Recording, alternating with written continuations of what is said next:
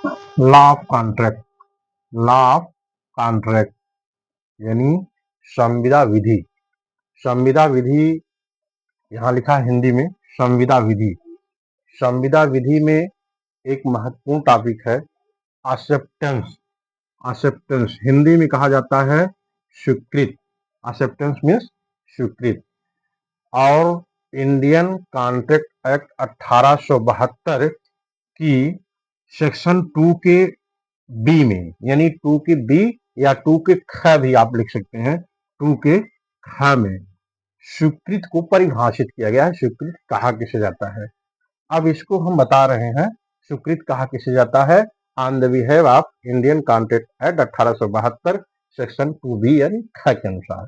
है क्या स्वीकृत, यानी स्वीकृत मीन्स होता है प्रस्थापना को स्वीकार करना, यानी प्रस्थापक द्वारा या प्रस्तावक द्वारा की गई प्रस्थापना को जो व्यक्ति स्वीकार करता है उसे हम स्वीकृत कर्ता कहते हैं।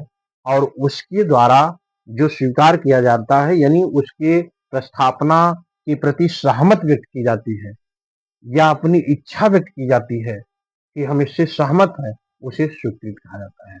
कहने का मतलब पुनः एक बार समझिए, किसी भी प्रस्थापना को रिसीव कर लेना स्वीकृत है, किसी भी प्रस्थापना के प्रति अपनी सहमति दे देना स्वीकृत कहा जाता है। ठीक, ये हो गया इसकी डिफिनीशन।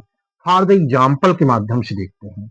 जैसे ए नामक व्यक्ति, हमने यहाँ बताया ए नामक व्यक्ति बी नामक व्यक्ति को अपनी घड़ी यानी वॉच 100 रुपए में बेचने की प्रस्थापना करता है। यहाँ ए क्या है प्रपोजल है और बी क्या है एक्सेप्टेंस करता है, स्वीकृत करता है। कैसे, अब ए पत्र के माध्यम से या अपनी घड़ी वॉच बी को 100 रुपए में बेचने की प्रस्थापना करता है और बी इस प्रस्थापना के प्रति अपनी सहमत संज्ञापित करता है या सहमत देता है कि हम लेंगे। तो यहाँ ए द्वारा की गई प्रस्थापना को स्वीकार किया गया, यहाँ बी स्वीकृत करता है और इसके द्वारा अपनी सहमत देना कि हाँ हम घड़ी लेंगे, दिस इज द एक्सेप्टेंस या स्वीकृत है। ठीक, इतनी बातें हो गई। अब एक बड़ा अच्छा दृष्टांत है, टू में हमने लगाया है। पहले में डिफिनीशन हो गई और दूसरे में दृष्टांत है। एक दृष्टांत क्या, एक लाइन है, लाइन एंसन की है। एंसन एंसन ने कहा है कि प्रस्ताव और स्वीकृत में वही संबंध है, यानी there were relationship between proposal and acceptance. There were relationship between proposal and acceptance. प्रस्ताव और स्वीकृत में वही संबंध है जो संबंध बारूद और दिया सलाई में। दिया सलाई मीन्स माचिस तीली और बारूद, यानी कहने का मतलब प्रपोजल मीन्स हो गया बारूद, यानी प्रपोजल को हिंदी में प्रस्थापना करते हैं। प्रस्थापना की उपमा बारूद से दे दीजिए और इसको समझने के लिए एक्सेप्टेंस स्वीकृत की उपमा हम दिया सलाई से दे दिए। किसके, एंसन के अनुसार। एंसन ने ही बताया है कि बारूद प्रस्थापना के समान है और स्वीकृत दिया सलाई के समान है। जिस प्रकार से एक हाथ में जलती हुई तीली और दूसरे हाथ में बारूद लेते हैं तो बारूद बारूद रह जाएगा, तीली तीली रह जाएगी। यानी कहने का मतलब प्रस्थापना प्रस्थापना रह जाएगी और स्वीकृत स्वीकृत ही रह जाएगी। और जैसे दोनों एक दूसरे से अटैच हो जाते हैं वहीं स्थित परिवर्तित हो जाती है। परिवर्तित क्या हो जाती है, कॉन्ट्रैक्ट हो जाती है, संविदा हो जाती है। यानी वहां संविदा का निर्माण हो जाता है, संविदा बन जाती, कॉन्ट्रैक्ट बन जाती है। और जब कॉन्ट्रैक्ट हो जाता है तो दोनों पक्षकार अपने अपने दायित्व और कर्तव्यों से बाध्य हो जाते हैं। यानी दोनों अपने अपने दायित्व और कर्तव्य से बाध्य हो जाते हैं, ऐसा स्थिति परिवर्तन हो जाती है। इसीलिए एंसन ने कहा है कि बारूद और दिया सलाई दोनों जब एक हो जाते हैं तो क्या हो जाता है, विस्फोट हो जाता है। क्या हो जाता है, विस्फोट हो जाता है, फिर स्थिति में परिवर्तन हो जाता है। समझ रहे हैं, यानी एक नया दायित्व उत्पन्न हो जाता है, एक नया जो है सिचुएशन उत्पन्न होती है। इसलिए कहा गया प्रस्थापना और स्वीकृत दिया सलाई के समान है।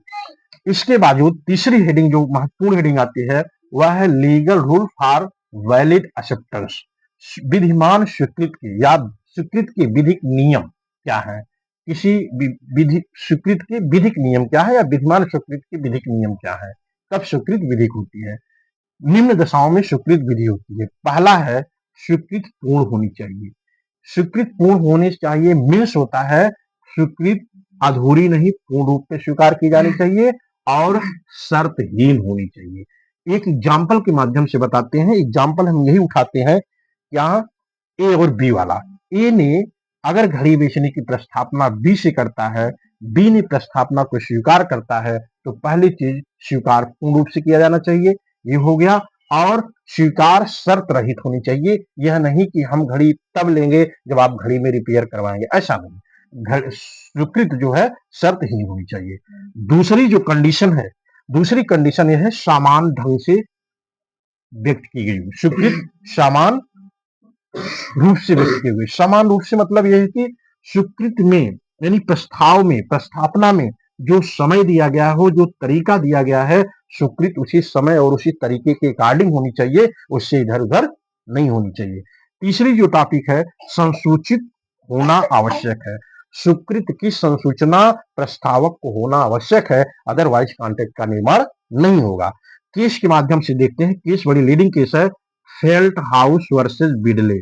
फेल्ट हाउस वर्सेस बिडले की केस है। इस केस में होता है क्या, प्रस्तावक ने यानी इस केस में जो वादी है, वादी प्रतिवादी कौन होता है, इसका भतीजा होता है। वादी प्रतिवादी को यानी अपने भतीजे की घोड़ा को खरीदने का प्रस्ताव करता है। यानी प्रतिवादी एक प्रस्तावक के रूप में अपने भतीजे प्रतिवादी से घोड़ा खरीदने का प्रस्ताव करता है और कहता है कि हम घोड़ा 30 पाउंड और 15 सीलिंग में खरीद लेंगे। और उसी समय यह लिखता भी है, यह भी कहता है, पत्र के माध्यम से खरीदा है, यह भी कहता है कि अगर प्रतिवादी की तरफ से कुछ नहीं कहा जाता है तो हम मान लेंगे कि घोड़ा हमारा हो गया, यानी हमने ले लिया।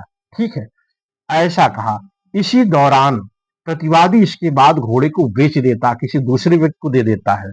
और तब जो है वादी क्या करता है, प्रतिवादी के खिलाफ न्यायालय में सूट फाइल करता है और सूट फाइल करके ये कहता है कि इसने संविदा को भंग किया, कॉन्ट्रैक्ट को भंग किया। तो न्यायालय के सामने एक विचारणीय प्रश्न यह है कि there were become to contract और नो बीकम टू कॉन्ट्रैक्ट, यहाँ संविदा का निर्माण हुआ या संविदा का निर्माण नहीं हुआ, इस तभी उत्तर इसका निकलेगा, अदरवाइज नहीं निकलेगा। तो न्यायालय ने जब देखा कंडीशन सिचुएशन का स्टडी के अध्ययन किया, तो कोर्ट ने कहा कि यहाँ संविदा का निर्माण नहीं हुआ, कॉन्ट्रैक्ट का निर्माण नहीं हुआ। क्यों नहीं हुआ, क्योंकि संसूचना प्रतिवादी द्वारा वादी को नहीं दी गई थी। किसकी संसूचना, स्वीकृत की संसूचना। यहां स्वीकृत की संसूचना प्रतिवादी यानी भतीजे द्वारा वादी को नहीं दी गई, इसलिए संविदा का निर्माण नहीं हुआ। यह इसका सोल्यूशन रहा। और जब संविदा ही नहीं हुई तो इसने कहा कि संविदा नहीं हुई तो फिर जो है वादी द्वारा वाद लाने का कोई औचित नहीं हुआ, यानी संविदा का निर्माण नहीं हुआ। अब बात आती है चौथी कंडीशन है, संसूचना अधिकृत व्यक्ति द्वारा ही दी जानी चाहिए। कहने का मतलब यह है कि चौथी जो कंडीशन है, legal rule for valid acceptance की चौथी कंडीशन है कि संसूचना अधिकृत व्यक्ति ही देता है। यानी अगर प्रस्तावना किसी व्यक्ति से की गई है तो जो व्यक्ति प्रस्थापना को स्वीकार करता है या जो अधिकृत है प्रस्थापना को स्वीकार करने के लिए, उसी व्यक्ति द्वारा संसूचना प्रस्तावक को दी जानी चाहिए, तभी कॉन्ट्रैक्ट संविदा का निर्माण होगा, अदरवाइज संविदा का निर्माण नहीं होगा। और जब संविदा का निर्माण नहीं होता, कॉन्ट्रैक्ट का निर्माण नहीं होता, तो दोनों पक्षकार अपने अपने दायित्व या कर्तव्य से बाध नहीं हो गए, यानी फ्री हो गए। इसको भी हम एक केस के माध्यम से देते हैं, बड़ी लीडिंग केस है, पावेल वर्सेज ली की केस में। पावेल वर्सेज ली की केस में वादी एक आवेदक था। किसका आवेदक था, हेडमास्टर की वैकेंसी का। वादी हेडमास्टर की वैकेंसी का आवेदक था और प्रतिवादी चयन समिति थी। और चयन समिति ने क्या किया, वादी का चयन कर दिया था, वादी का चयन कर दिया था, कहां, हेडमास्टर के पद पर। लेकिन इसकी संसूचना कम्युनिकेशन यह चयन समिति द्वारा न देकर के चयन समिति के एक मेंबर द्वारा दी गई थी, एक सदस्य द्वारा दी गई थी और बाद में इसके चयन को रद्द कर दिया गया चयन समिति द्वारा, जब पता पाया गया कि इसकी सूचना इसी सदस्य ने दे दी गई। अब यहाँ वादी ने कोर्ट में मुकदमा दायर किया और मुकदमे का आधार बनाया ब्रीच ऑफ कॉन्ट्रैक्ट की संविदा भंग कर दी गई कि एक बार हमारा सिलेक्शन करके और फिर भंग की गई संविदा और हमारा सिलेक्शन रोक दिया गया। तो न्यायालय के सामने प्रश्न यह रहा कि क्या यहाँ कॉन्ट्रैक्ट हुआ कि नहीं हुआ। तो न्यायालय ने कहा कि चूंकि सूचना जो है चयन समिति द्वारा नहीं दी गई थी किसको, वादी को, इसलिए यहाँ संविदा का निर्माण नहीं हुआ और ब्रीच ऑफ कॉन्ट्रैक्ट का कोई प्रश्न ही नहीं उठता। इसलिए वादी क्या है, प्रतिकर पाने का हकदार नहीं है और प्रतिवादी किसी भी लायबिलिटी या दायित्व के लिए उत्तरदायी नहीं है। तो इस प्रकार से कॉन्ट्रैक्ट संविदा विधि के बहुत ही महत्वपूर्ण टॉपिक है। क्वेश्चन जो बनता है ये बनेगा जिसका उत्तर हमने दिया कि स्वीकृत से आप क्या समझते हैं और लीगल यानी स्वीकृत की विधिक नियम क्या होते हैं, स्वीकृत को परिभाषित कीजिए और स्वीकृत के विधिक नियम क्या है। यही है इस लेक्चर में और इस प्रकार से मुझे आशा ही नहीं विश्वास है कि आपको चीज समझ में आई होगी। हमने बताया कि स्वीकृत की परिभाषा क्या है, स्वीकृत कहा किसे जाता है और दिया सलाई बारूद वाला एग्जाम्पल जो बताया ये बहुत पूछा जाता है। और इसके बाद जो है जो एंसर्स ने कहा है इनकी जो लाइनें हैं, इसके बाद हमने इसी स्वीकृत के विधिक नियम क्या है ये बताया कि स्वीकृत पूर्ण होनी चाहिए, स्वीकृत सामान्य ढंग से व्यक्त होनी चाहिए, स्वीकृत संसूचित होनी आवश्यक है और संसूचना अधिकृत व्यक्ति द्वारा ही दी जानी चाहिए। अगर सारे टर्म कंडीशन पूरी होती है तो एक कॉन्ट्रैक्ट का निर्माण होता है, संविदा का निर्माण होता है और दोनों पक्षकार लायबल होते बाद होते हैं। अदरवाइज कॉन्ट्रैक्ट का निर्माण नहीं होता है और जब कॉन्ट्रैक्ट का निर्माण नहीं होता है तो संविदा के पक्षकार बाध नहीं होती है। इन्हीं शब्दों के साथ ये लेक्चर समाप्त होता है। Okay, thank you.